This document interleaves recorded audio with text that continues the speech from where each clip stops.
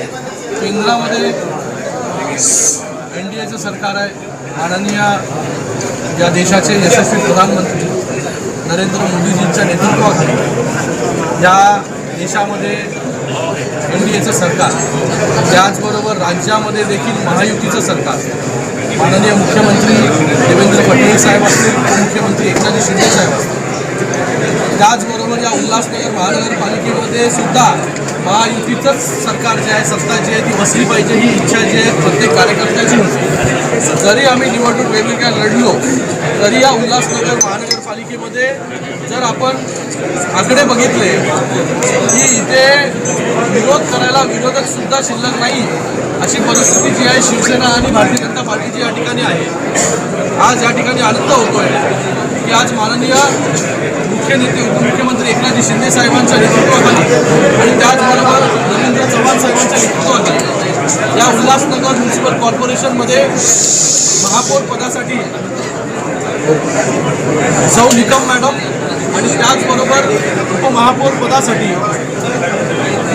अमर लुंड हे दोन्ही जे आहे शिवसेना आणि भारतीय जनता पार्टी याचे उमेदवार जे आहे हे या ठिकाणी त्यांनी उमेदवारी अर्ज भरलेला आहे.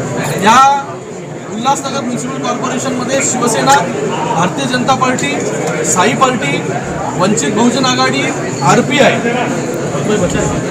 अपक्ष और जे काय अपक्ष हे सगळे जे आहे या सगळ्यांची सत्ता जी आहे ही या ठिकाणी बसलेली आहे.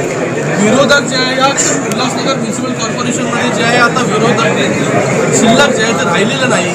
पूर्ण मॅन्डेट जे आहे हे या उल्हासनगरवासियांनी महायुतीला दिलेलं आहे.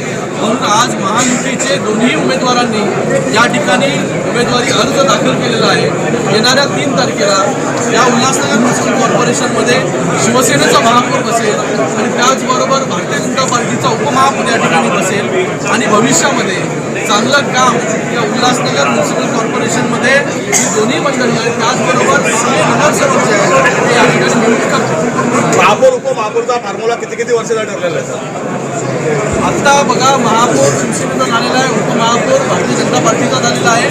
वरिष्ठ नेते शिंदे साहेब असतील किंवा प्रदेश अध्यक्ष रवींद्र चव्हाण जे असतील हे दोघं जे आहे हे किती वर्ष कोणाचा महापौर होईल, कुठल्या कमिटीज कोणाला मिळतील, या सगळ्या गोष्टी ज्या आहेत हे वरिष्ठ मंडळी त्या ठिकाणी ठरवतील. पण या ठिकाणी कोणाला किती वर्ष मिळेल त्यापेक्षा महायुती एकत्रित काम करेल हे महत्त्वाचं आहे.